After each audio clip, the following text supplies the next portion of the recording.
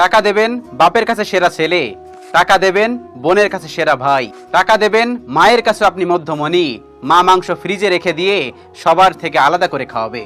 টাকা দেবেন বন্ধু বান্ধবীদের কাছে আপনি মধ্যমণি, টাকা দিবেন বিয়ের কার্ড সবার আগে আপনার হাতে যাবে, টাকা দিবেন সবাই আপনাকে ভালোবাসবে, টাকা দিবেন সবাই আপনাকে বুকে জড়িয়ে ধরবে, টাকা দেবেন স্ত্রী সন্তানের কাছে আপনি সবচেয়ে ভালো ব্যক্তিটি হবেন, টাকা দেবেন পুলিশ এবং আইন আপনাকে স্যার স্যার ডাকবে, টাকা দিবেন যত বড় আইনি জালি হোক না কেন আপনি সেখান থেকে বেরিয়ে আসবেন। কি বুঝলেন?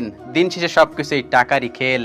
এটা থাকলে আপনার আর কাউকেই দরকার হবে না এই দুনিয়াতে। এই দুনিয়ায় এটার খেলা সব থেকে বড় খেলা। আল্লাহ রাব্বুল আলামিন আমাদের সবাইকে বোঝার তৌফিক দান করুক, আমিন। কবর প্রতিদিন 5টি জিনিসের জন্য মানুষের কাছে অনুরোধ করে। নাম্বার 1, আমি একাকী ঘর, সঙ্গী নিয়ে এসো, সঙ্গী হলো কোরআন। নাম্বার 2, আমি অন্ধকার ঘর, বাতি নিয়ে এসো, বাতি হলো নামাজ। নাম্বার 3, আমি মাটির ঘর, বিছানা নিয়ে এসো, বিছানা হলো নেক আমল। নাম্বার 4, আমি সাপ বিচ্ছুর ঘর, বিষের ঔষধ নিয়ে এসো, বিষের ঔষধ হলো দান সাদকা। নাম্বার 5, আমি প্রশ্নের ঘর, উত্তর নিয়ে এসো, উত্তর হলো কালেমা ও জিকির।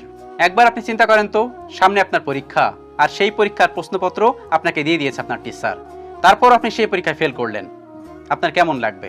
আপনাকে সবাই কটূক্তি করবে না? আপনার স্যার আপনাকে বাজে কথা বলবে না? আপনার টিচার আপনাকে মারবে না? বুঝতে পারলেন?